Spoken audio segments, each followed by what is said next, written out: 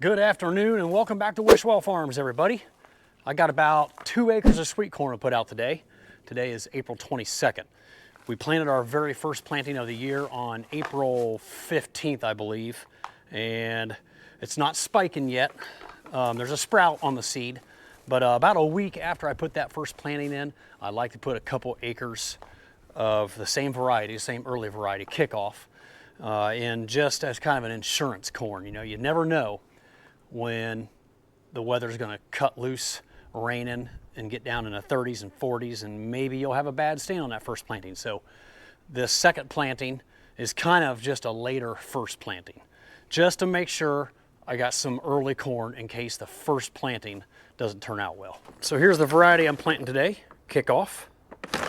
Bolt and Kickoff are my two favorite early varieties. If you want to hear all about the corn planting process and more about my John Deere 7000 corn planter, I will link that video down in the description box below if you want to see that. So I'm going to go ahead and get these corn hoppers filled up with about 2 more acres of Kickoff, get that planted, and then we're going to come back and get my herbicide sprayer ready for putting down my 28% nitrogen and a burn down herbicide over the sweet corn I planted last week before it starts spiking. So we're just going to be spraying 28, some Roundup, and 2,4-D to get a nice clean bed. And then that's the only, I don't really put a pre-emergent down for sweet corn. I always have in the past, but this year we're doing it a little bit differently.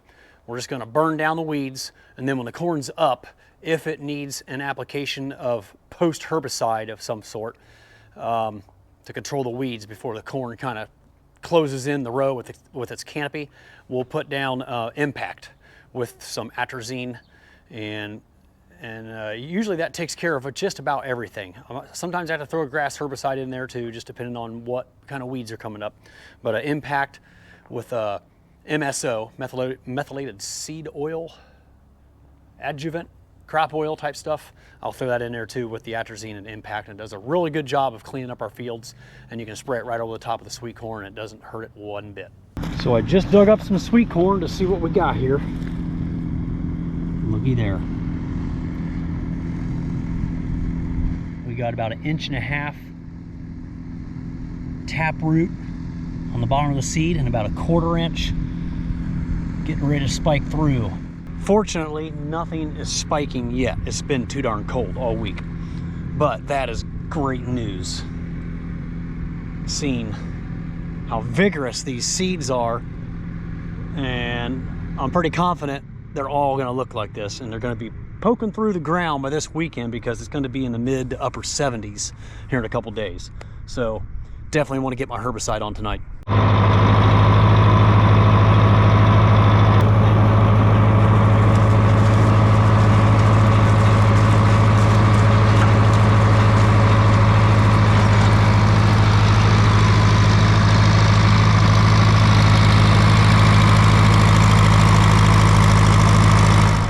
Just finished planting sweet corn, and I only had about enough seed for 1 acre, not 2 acres. Oh well, anything is better than nothing. By the way, my lav mic died. Actually, I accidentally hit the mute button on it, and I missed all of the cultivating I just did. That thing's really getting to be a pain in the butt. Carrying around a lav mic in my pocket with the attached to my shirt and having a cord hanging there. So I just have the media mod on my camera right now. I'm really curious if it sounds good enough. I think it does when I'm speaking to the camera like this, but when I turn it around, since the mic is only a front facing mic, I have to raise my voice a little bit and talk a little bit louder because it sounds muffled. Now I'm talking softer. So I have to remember to do that, or raise the volume in when I'm editing. That can be a pain in the butt too. All right, I want to check my greenhouses real quick before I head over and work on my sprayer. I just like to peek in here every now and then, make sure everything looks good. Today we lowered plants for the second time. They were up above the spools to the cable. So these plants, even though they only look like they're 6.5, 7 feet tall, you need to add about 1.5 feet to that. So these things are probably 8.5 foot tall right now, I'm guessing, since we've lowered twice. Oh, in the grape tomato greenhouse, I found a couple red tomatoes, and I ate one. It was absolutely delicious. So And the next video or two, I'm sure we'll be harvesting grape tomatoes, and I'll show you more of that then. But yeah, I just like to take a glance in here, make sure everything looks good, make sure the cooling's working, and I'll take my meter, you know, at least once or twice throughout the day when I happen to be walking by the greenhouses, and I'll test the water to make sure the pH and the EC is good, and everything looks good in here, so happy about that. And I usually walk around and check all the greenhouses. I do want to take a quick peek in the little house. That's the one that's the most vulnerable to problems right now, because we had some plugged drippers. So I need to walk up and down these rows a couple times a day just to make sure there's no plants wilting. They look pretty darn good. They actually look like they're starting to green up a little bit already, even after 4 days. Oh, here's one. See that? Looks like it's dying. We got our plug dripper, so I'll replace that dripper, and I'll go get a jug of water to rehydrate that cube. And usually doing that, it'll pop right back to life and be fine. You hope to catch them before they're that bad, because a wilting plant is not a growing plant, and that can definitely hurt the production later on. Now these 4x6 cubes have 2 plants in them. If one dripper plugs up, I'm guessing the other dripper would give it enough moisture to help it survive. But it definitely wouldn't thrive. So we still got to keep a close eye on these. We'll probably manually inspect all these drippers sometime this week while the water's running, just to make sure there's not one plugged up.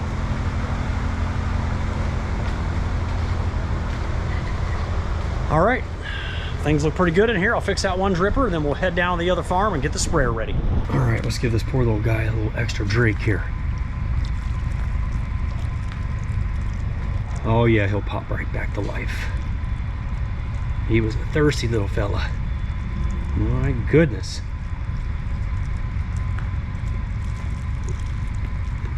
There we go. In a couple hours, you'll never even know which one was dry. Oh, before I head back down to the other farm, I thought I'd show you greenhouse number 2. It's coming along pretty nicely. There's 2 plantings in here, 3 rows of an earlier planting and 2 rows of a later planting that we just strung up today. Looking really nice. They were starting to get pretty tall, flopping over, so we had to drop all the strings today. They've already got their first cluster opened up. I actually see a few little tomatoes on them. And these are looking really nice over here. Some of them are getting so big, I see some of the clusters kinking. We're going to have to get the J-hooks out.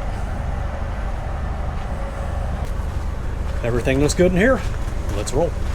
All right, just got back and unhooked the corn planter, and it just dawned on me, I don't know if I ever mentioned how much of each fertilizer I apply to my corn seed.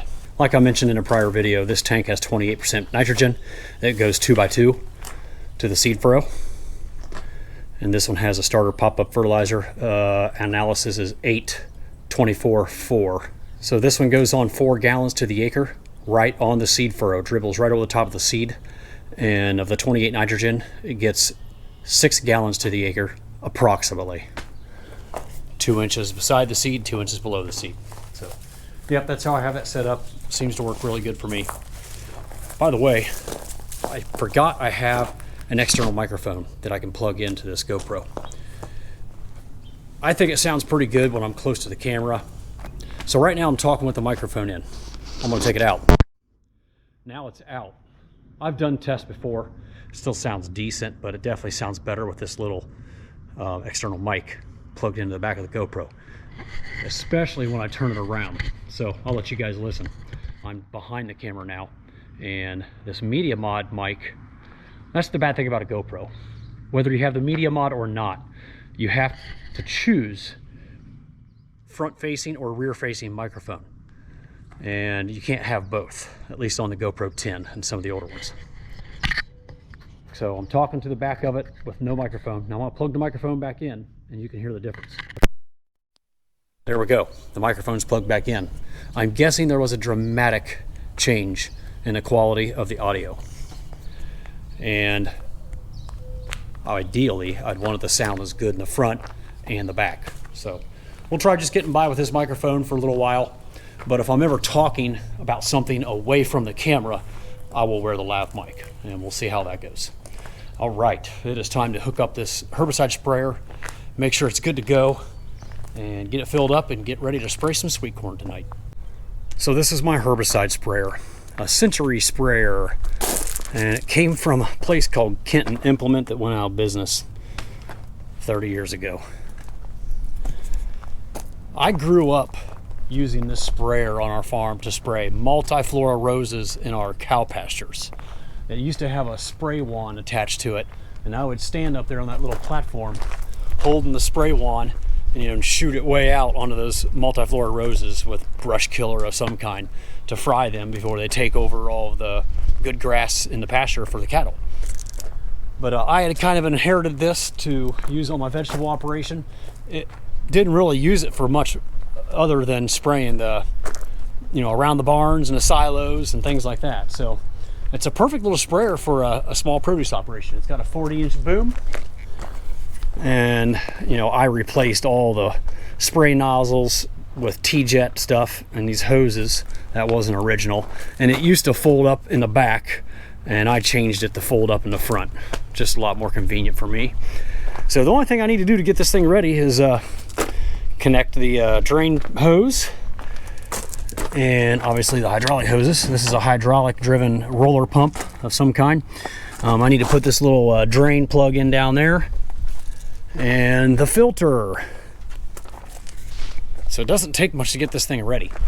I probably should replace the spray tips. I think it's been several years. Those plastic T-jet spray tips go bad over time. All right, I'll be right back. I got to answer this phone call. That was my dad. He interrupted me with a phone call, but it was an important phone call. He wasn't sure if the drill was set up properly for soybeans, because I planted some wheat with it last fall where we were thinking about putting our pumpkins. So he just wanted to make sure we had the depth set right and the population set right. So I'm going to go double check it here in a little bit. I think what I was saying is that the plastic T-jet parts, the spray tips, probably need to be replaced. So it's not as critical since I'm not spraying a pre-emergent. For post-emergent stuff, yeah, for sure. But for 2,4-D and glyphosate, which is just Roundup, it's a little more forgiving. So, all right, we're gonna get some water in this, test it out, and if everything's good, then I'll go load it up with some 28%.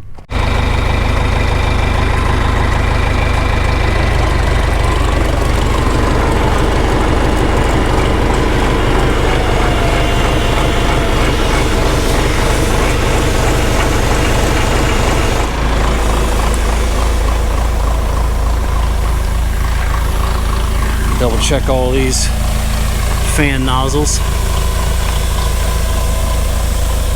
Man, they all look good.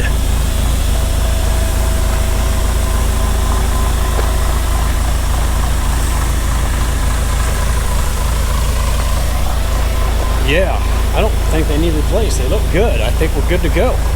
Let's go get some nitrogen in this tank.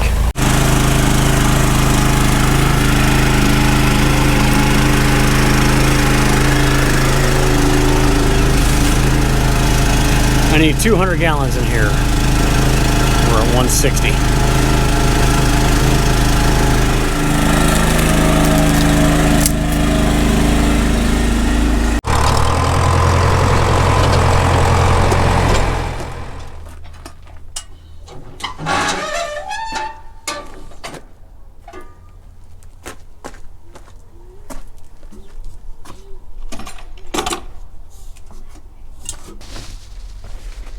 All right, this is my chemical room. I did one other video in here earlier this spring or late winter. But it is a disastrous mess. I need to get it cleaned up. There's raccoons living up here in the past, and this ceiling's about ready to collapse. And all their crap and straw is falling down here on top of my chemical jugs. All right, well, I'm not gonna do that today. We need to get chemicals mixed up in here. So I'll be using Buccaneer Plus, which is just a generic Roundup, and 2,4-D ester, LV6. I'll be putting in 32 ounces or 1 quart of glyphosate and 24 ounces of 2,4-D. First thing we're going to put in is some defoamer, so we don't get a bunch of foam in there.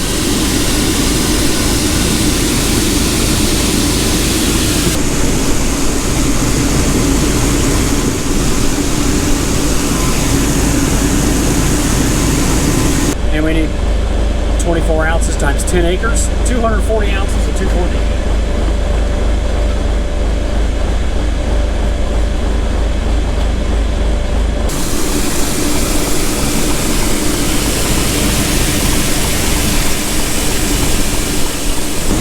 And the final 112 ounces.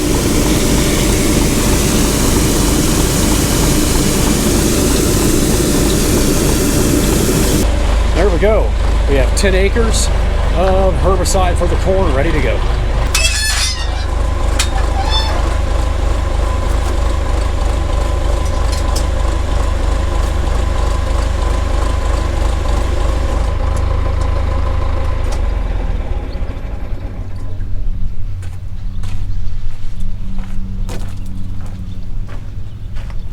Well, since it's too windy to spray, I'll come back after dinner tonight, probably around 7 o'clock, and we'll see what the wind speed is. If it's a slight breeze, as long as it's under 5 or 6 miles an hour, I'll probably be able to spray the herbicide. But I got to make sure it's cool enough that I can have all the greenhouses closed up and that the exhaust fans and louvers are not running, because the last thing I want is any 2,4-D even anywhere near those greenhouses. It will fry those tomatoes so quick. So we definitely need some calm wind or no wind before I spray 2,4-D around my greenhouses tonight. And if I can't get it done tonight, it might have to wait a couple days, because they're calling for high winds tomorrow. So tomorrow I'll be out, and there's like a 40% chance of rain tomorrow afternoon. So I'm hopeful we can get this all on tonight. All right, it is 7:40 p.m. and I'm gonna give this a shot. The wind has finally laid down pretty low. Take a look at the pond. Hardly a ripple. All my greenhouses are closed up for the night. I turned all the vents off, so none of this drift that is probably going to go towards those greenhouses can get sucked in. 2,4-D is devastating to tomatoes. They are very, very sensitive to it, so I have to be very, very careful when I spray 2,4-D on my fields around these greenhouses. But I think we're good to go. The sun's going to go down in less than 45 minutes, so we got to get moving. All right, we want to spray 30 psi, 20 gallons to the acre. And we're going to drive 6 miles an hour.